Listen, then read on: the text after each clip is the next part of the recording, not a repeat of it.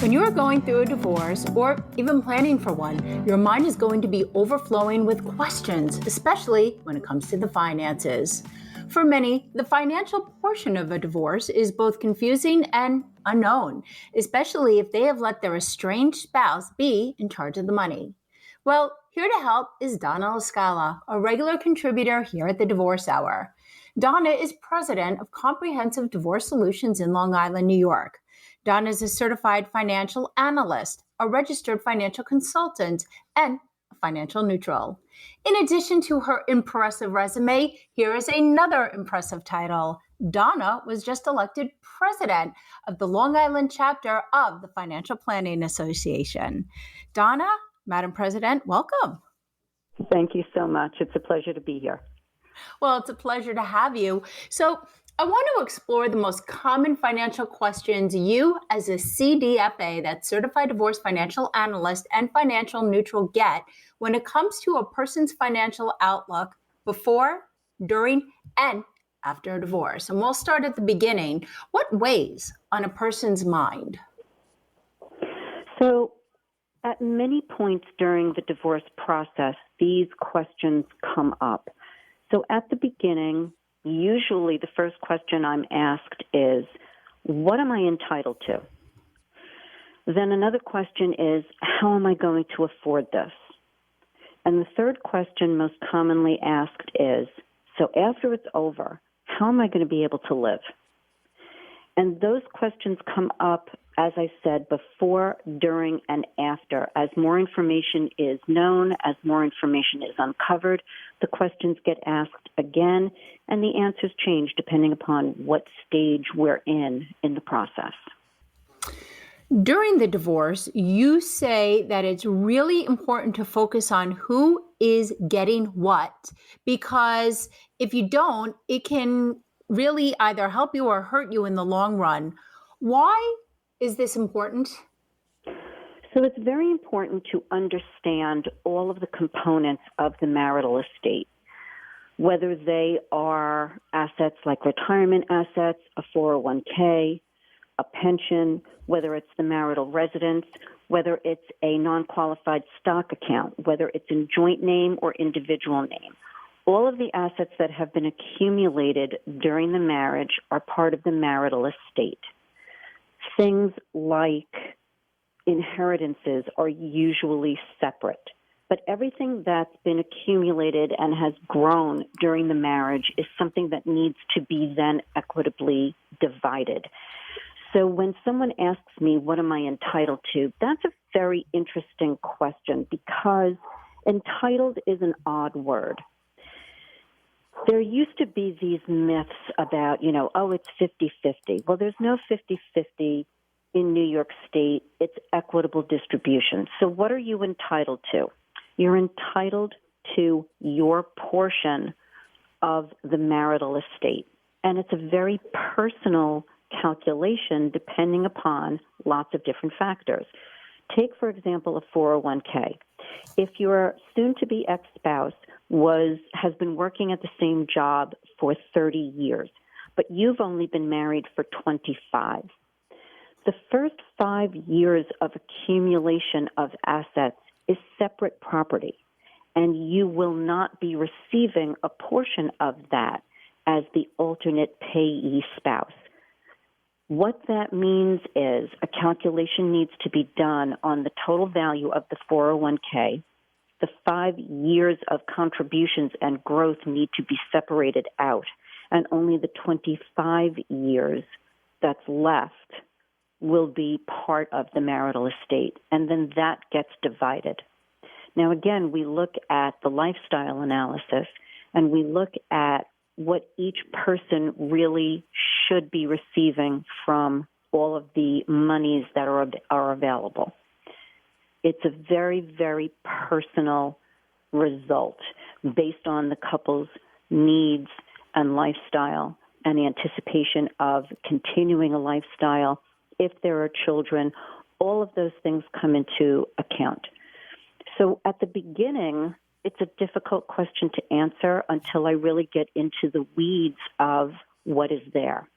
Now, why this is important as far as what can help you or hurt you is all of the issues really boil down to if you're receiving retirement assets and it gets transferred through the divorce, it's not a taxable event when you distribute it. It's not a taxable event to the person who's receiving it as long as they put it into a qualified retirement account.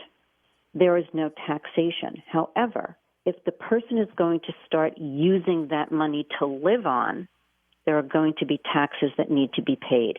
And that's a consideration that if you don't take into account can hurt you down the road. Or, for example, if you're adamant about keeping the marital residence, we really need to do an analysis of whether or not you will be able to afford to maintain that residence. So you may be winding up with an albatross around your neck that your income does not support. So that's another consideration. Being adamant about keeping the marital residence may not be in your best interest. So these are things that really need to be discussed. A lot of people think, okay, well, this is in my column, this is in your column, end of story, we're walking away. But there's a lot more to it that needs to be discussed, disclosed, and decided before everything gets split. Yeah, and even before everything gets split, and people can be in the thick of their divorce, and then of course we're looking at the after when everybody gets what they're entitled to or they're supposed to get under the law. One of the most common questions people I know ask you, and I have heard from my own circle of friends, how do I make this money last? Especially in this economy where inflation is at a 40-year high. And one of the big headlines now gripping the news are companies are laying off. So there is a lot of concern for that, and it happens at the beginning, during the process, and definitely after the divorce is over. As a CDFA, that is part of my job, to show each party, if I'm working as a neutral, or the party that I've been hired by if I'm working as an advocate, to show them, okay, so this is what you're going to receive. This is how it's going to work. Once you receive this money, let's look at several different scenarios. If you're keeping the marital residence, let's put a budget together. If you're selling the marital residence, splitting the proceeds, and you're moving on, let's look at some options. Let's discuss what you're going to be receiving, or if you're going to be receiving marital spousal support. Let's talk about if you're going to be receiving child support, and if your children are spaced apart in age, how that's going to affect you when it comes to receiving this income. Or, on the other hand, paying that amount of money. How long are you going to have to pay that amount of money? How long are you going to be splitting your income to still take care of your entire family? Are you nearing retirement age? Are you going to be expected to continue to pay spousal support? Are you going to be collecting Social Security? What does that look like? So when I gather all of that information and sit down with the individual, I can then give them several different scenarios. If you move, do you want to live in an apartment? Do you want to buy another house? Do you want to buy a condo? Are you moving into a 55 and older community? Are there HOA fees? These are all the things that we need to sit down and look at. And when the person sees it in black and white and it's written down on paper, they have a much better sense of how it's going to work. Now, as far as making money last, that is a very, very personal conversation. I was just actually doing a presentation this morning to some younger people and saying, the rule of thumb always is the younger that you are, the more aggressive you can be. Take 100 minus your age, and the number that's left is the percentage that you should be in the market. Well, right now, there are a lot of people that are very afraid to be in the market, whether they're 30 or 60. So it's a very personal thing. You need to know who you are, how you approach the idea of money, what your risk tolerance profile is, what your time frame is, and what your income picture is. And I use a bucket approach. Cash on hand, short-term, mid-term, long-term investing is what really needs to be done here, because you want to make sure you're not starving yourself now in order to have a better retirement, or vice versa. You're not living above your means now and not thinking of the future. So there has to be a balancing act. But again, as I keep saying, it's a very personal conversation. So all of that information goes into the plan. The current environment is very concerning, and that's why I always tell people, you have to have that emergency fund. You have to have that cash on hand. In addition, I usually say to them, there's another rule about getting additional money, a bonus, an increase in salary. In order to keep pace with inflation, you have to avoid lifestyle inflation. Think about people who win the lottery. What's the first thing that they do? They start buying houses and cars, and then they realize that they've run out of money and they can no longer afford this inflated lifestyle. That's the same thing that I have to caution people when they're getting divorced.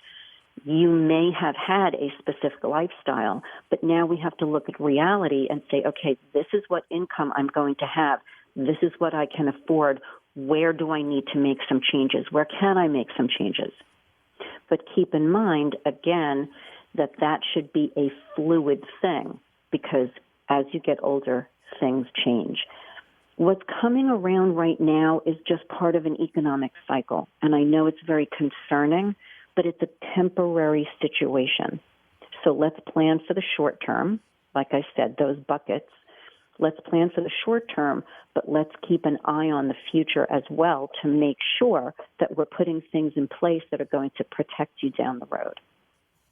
So for the 50-plussers who are going through a divorce, and we have seen the biggest increase in the Great Divorce, where should they be putting their money? It's really a very difficult question to ask, and a very impossible question to answer, because I don't know specifically who you're talking about. Because it doesn't matter if you're 50 or 20. I have clients who are very young and are the most conservative human beings on the planet. So for them, it's a different conversation. For someone who's in their 50s and going through divorce, I wouldn't say, oh, everyone should be doing X, Y, and Z, because there is no common denominator except the fact that you're in your 50s and going through a divorce. So again, it really, really depends on your situation, and I definitely would not make any recommendation in general terms, because it's a very personal decision to make. That's why it's important to work with a financial advisor. Yeah, and one thing I know people are going to want is your contact information. Donna, how does one reach you? So my phone number at Comprehensive is 516-234-7522. You can also email me at compdivorce@gmail.com.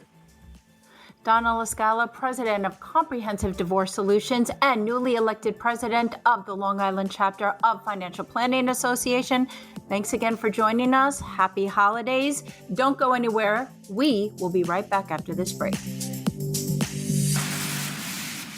At Comprehensive Divorce Solutions, Donna LaScala provides the tools for people to deal with assets, debts, equitable distribution, and retirement in divorce negotiations. We hold your hand during and after the divorce process, providing a roadmap of what happens next and into the future.